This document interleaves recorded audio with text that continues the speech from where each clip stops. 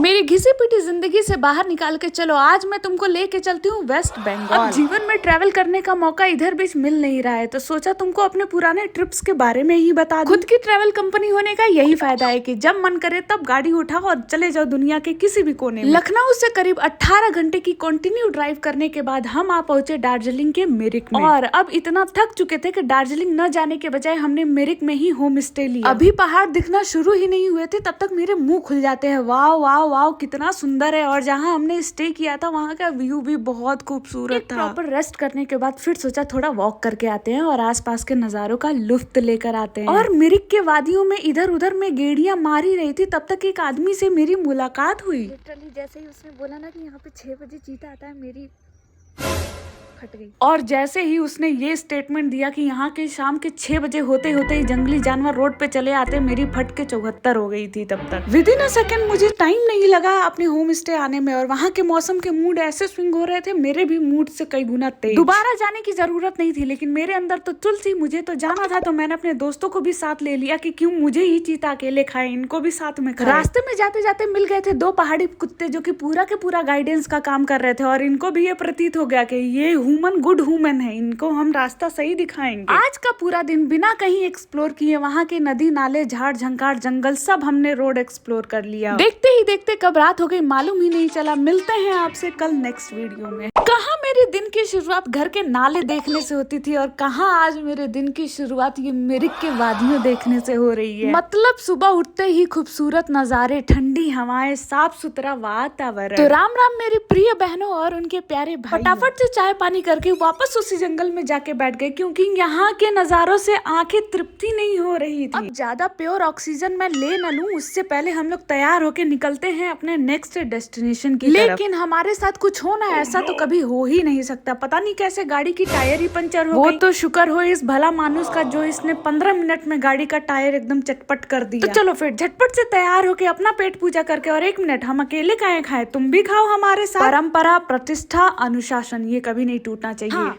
तो अब चलो चलते हैं अपने नेक्स्ट डेस्टिनेशन की तरफ। और कुछ ही घंटों में हम पहुंच आए दार्जिलिंग, जो कि हब है चाय की खेती करने के लिए। गुरसूत्रों के मुताबिक हमें चलना था हैप्पी वैली के लिए, जहां पे चाय की खेती बहुत बड़े पैमाने पे होती है, लेकिन उसका रास्ता बहुत ही अड़बंगा था। और ये भला मानुस करेजे पे अपना कॉन्फिडेंस रख के गाड़ी चलाए जा रहा था। और हम ऊपर वाले का नाम लेते लेते पहुंच गए हैप्पी वैली। इंटर करते ही दूर से ही खुशबू आ रही थी कि यहाँ पे चाय की खेती, और इतनी कड़क खुशबू थी कि मतलब थोड़ी सी पत्ती उसकी चाय में डाल दो तो 1 लीटर चाय बन जाएगी। और ऐसे बहुत ढेर सारे वैली थे जहाँ पे चाय की खेती होती है। मेरे कदम तो एक जगह रुक ही नहीं रहे थे, बस मन कर रहा था कितना कोई मेरी फोटो और वीडियो खींच दे, लेकिन इन सब में सबसे ज्यादा टैलेंटेड मैं ही थी। रिग्रेट हो रहा था कि काश कोई कैमरामैन भी साथ लाना चाहिए। चले तो आए थे, लेकिन अब यहाँ से निकलना उससे ज्यादा मुश्किल था, क्योंकि रास्ता बहुत ज्यादा पतला और उबड़ खाबड़। कैमरे में वो चीज नहीं दिख रही थी जो वहाँ पे असलियत में हम फेस कर रहे थे। कभी भी अचानक से ढलाई आ जा रही थी, तो कभी ऊंची चढ़ान आ जा रहा था। वो तो भला हो इस जो ड्राइविंग स्किल में इन्होंने उच्च कोटि की डिग्री प्राप्त कर चुकी है। अब दार्जिलिंग से हम निकल चुके थे और हमें पहुंचना था हमारी नेक्स्ट डेस्टिनेशन गैंगटॉक। लेकिन दार्जिलिंग आए और वहाँ का मोमोज ना खाए, ऐसा हो थोड़ी सकता है। लेकिन मोमोज खा के सच में बहुत डिसअपॉइंटेड, क्योंकि हम भारतीय, हमको उनके उबले खाने से मन न भरता। हमको तो हर चीज में तेल मसाला चटपटा चाहिए। दिन ही दिन वहाँ से निकलना ज्यादा उच्च समझा, क्योंकि दार्जिलिंग में इससे ज्यादा देखने लायक कुछ नहीं है। और सच में दार्जिलिंग से ज्यादा अच्छा और खूबसूरत मिरिक है, मस्ट विजिट। तो देखते देखते रात हो गई और हम पहुंचे गैंगटॉक। वहाँ पे आके हमने एयरबीएनबी से एक पूरा घर बुक किया था, क्योंकि यहाँ के लोग नॉनवेज ज्यादा खाते थे और हम सभी लोग वेजिटेरियन थे, तो अपना खाना बनाना खुद प्रेफर करते थे। वैसे तो गैस चूल्हा साथ लेके चले थे, लेकिन फिर भी इस घर में इन्होंने बर्तन और गैस चूल्हा सब दिया। वैसे तो बहुत थक गए थे, लेकिन फिर भी अपना खाना तो बनाना ही था। तो हमने बनाया था आलू की भुजिया और पराठे। खा पी के एकदम टंच। अब सिर्फ इंतजार था तो कल सुबह का कि कल कहाँ हम लोग विजिट करेंगे, और मैं बहुत ज्यादा एक्साइटेड थी। मैं और मेरी पार्टनर मिलके नेक्स्ट डे की प्लानिंग कर रहे थे कि कल कहाँ जाएंगे।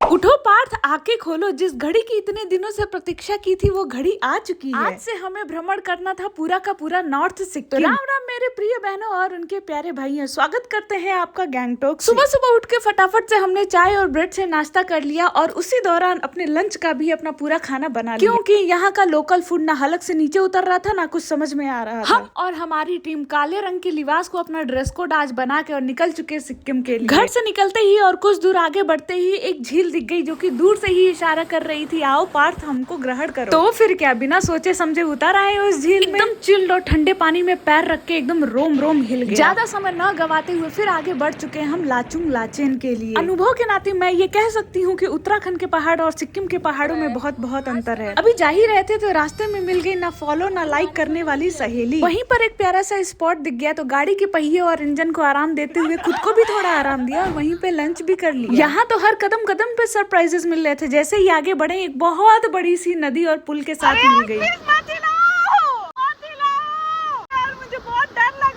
मतलब वो पुल जितना ही ज्यादा खूबसूरत लग रहा था उतना ही ज्यादा खतरनाक। हाँ, मुझे हाइट से डर लगता है और नदी को नीचे देख के मेरी और फटके चौहत्तर हो रही थी। सोच कर आए थे कि यहाँ पे पैराग्लाइडिंग करेंगे, लेकिन थोड़ी सी हाइट में मेरा काम तमाम। करेंगे पैराग्लाइडिंग, कितना भी खतरनाक क्यों ना हो, बाल खोल के video banana is most compulsory. कलेजा हलक के जरिए मुंह से बाहर निकल रहा था, लेकिन वीडियो बनाना बिल्कुल रुकना नहीं चाहिए। अब मुंह उठा के और 2 घंटे की प्लानिंग में अपने राज्य से दूसरे के राज्य में आए थे तो कुछ तो गोबर होना ही। और वहीं पे पास में होम स्टे चला रहे लोकल लोग से मालूम चला कि नॉर्थ सिक्किम विजिट करने के लिए आपको परमिट चाहिए ही चाहिए। जब ऊपर वाला लेता है ना तब वो कुछ भी आए दाएं बाएं ऊपर नीचे नहीं देखता है, अच्छे से लेता है। पता चला कि आज हमारा सुबह का ब्रेकफास्ट भी नहीं मिल पाएगा, तो जैसे तैसे जुगाड़ करके हमने अपना नाश्ता कर और लिया। आज हमें बनवाना था अपना नॉर्थ सिक्किम की विजिट के लिए परमिट। कहाँ हम लोग सुबह सुबह भर पेट खाना खा के निकलते थे सुबह, लेकिन आज 2 ही ब्रेड में निपटारा करना पड़ा। अभी आगे बढ़ी थी तब तक सिक्किम का मेडिकल कॉलेज मिल गया, तो सोचा वहाँ पे कुछ बढ़िया खाना मिलेगा, तो वहाँ का थुप्पा और नूडल्स खा के ही हम आगे बढ़े। हाथ हमको दिख गया रोपवे, सोचा इसका भी एक्सपीरियंस ले ले, लेकिन बहुत ही वर्स्ट एक्सपीरियंस था। ऐसे लग रहा था मेट्रो के डब्बे में चल रहे हैं। परमिट बनवाने के लिए कुछ डॉक्यूमेंट चाहिए थे, वो सारे डॉक्यूमेंट्स निकलवा के और जो हमारे लोकल लोग से दोस्ती हुई थी ना, वहाँ से एक उसकी गवर्नमेंट ऑफिसर निकली जो कि परमिशन बनवाती है। फिर पता चला कि ये मंडे टू फ्राइडे ही बनेगा और आज हो रहे थे संडे। सिवाय डॉक्यूमेंट जमा करने के आज हमारे पास कुछ भी काम नहीं था। जो होता कल ही हमको परमिशन की अपनी अग्रीमेंट मिलेगी। वैसे तो इनकी लोकल दुकान पे जाके हम अपनी खुद की दुकान नहीं खोल सकते, लेकिन भला हो उस मानुस का जिन्होंने इनसे बहुत अच्छे से बात की और उन्होंने परमिशन भी दे दी कि आप यहाँ पे बनाइए खाइए। ऐसा नहीं है फ्री में, हमने उनको इसका पे आउट भी किया। सच में अब तक ये एक्सपीरियंस हो चुका था कि सिक्किम की लड़कियां और वुमेन ज्यादा हार्ड वर्क छाव छू के साथ अच्छा खासा टाइम स्पेंड करने के बाद वापस हम अपनी राम मड़ैया में आ गए। फाइनली 3 दिन का मेहनत जुगाड़ और सब्र से हमारा नॉर्थ सिक्किम जाने का परमिट बन गया। तो बिना बकचोदी के टाइम गवाए हम फटाफट से निकलते हैं नाश्ता पानी करके लाचुंग की तरफ। जब से सिक्किम आए थे तब तक मौसम सही था, जैसे ही हमें ऊपर जाना था मौसम एकदम गड़बड़ा गया। मेरे पिछले जन्म के कर्मों की सजा इस जन्म में मिल रही है, वो भी ट्रैवल में। चप्पल पहन के ऊपर नहीं जा सकते तो वहीं पास में ही जूते की दुकान से जूता खरीद लिया, क्योंकि ऊपर जाना अलाउ ही नहीं था बिना शूज। जैसे जैसे ऊपर जाते जा रहे थे वैसे रास्ता एकदम खतरनाक होते जा रहा था और ये मंथ चल रहा था मई का, जिसमें भीषण गर्मी पड़ रही थी हमारे उत्तर प्रदेश। लाचुंग जाने के लिए करीब 4 से 5 बॉर्डर क्रॉस करने पड़े और उससे ज्यादा पुलिस वेरिफिकेशन हो रहा था, क्योंकि ऊपर का टेम्परेचर एकदम डाउन हो गया था और सांस लेने तक की भी दिक्कत हो रही। वो तो ड्राइविंग में हाई स्किल उच्च श्रेणी का दर्जा प्राप्त करते इस भला मानुस का, जिसके कॉन्फिडेंस पे हम अपना कलेजा रख के चल रहे थे। नीचे 1000 से 1000 फीट की खाई थी, जरा सा गाड़ी का पहिया खिसका और हम सीधे मौत के घाट। क्योंकि बारिश भी हुई थी और लैंडस्लाइड भी हुआ था, जिसकी वजह से रास्ता एकदम खराब और हम एकदम पहाड़ की चोटी पे ऊपर चल रहे थे, वो भी गाड़ी से। आधा से ज्यादा टाइम ट्रैवल करने के बाद हम पहुंच आए चुंगनाथ, जहाँ का व्यू इतना खूबसूरत और मनमोहित था कि आंखें एकदम तृप्त हो जा रही थी। यहाँ पे रुक के ऑक्सीजन इनहेल एक्सेल करने में भी बहुत मजा आ रहा था, क्योंकि क्राउड बहुत कम था, बहुत कम लोगों को इसके बारे में मालूम था। वहाँ के चुंगनाथ के सबसे ऊपर चोटी पे हम थे, नीचे हमारे बादल था और शहर था। अभी नॉर्थ सिक्किम में इंटर ही किए थे तब तक देख के ही लग गया कि नॉर्थ सिक्किम को ग्रीन स्टेट ऑफ इंडिया ऐसे ही नहीं कहा जाता है। बड़ी ही मुश्किलात का सामना करते वक्त और फिर से लास्ट चेक इन हमारी लाचुंग बॉर्डर पे।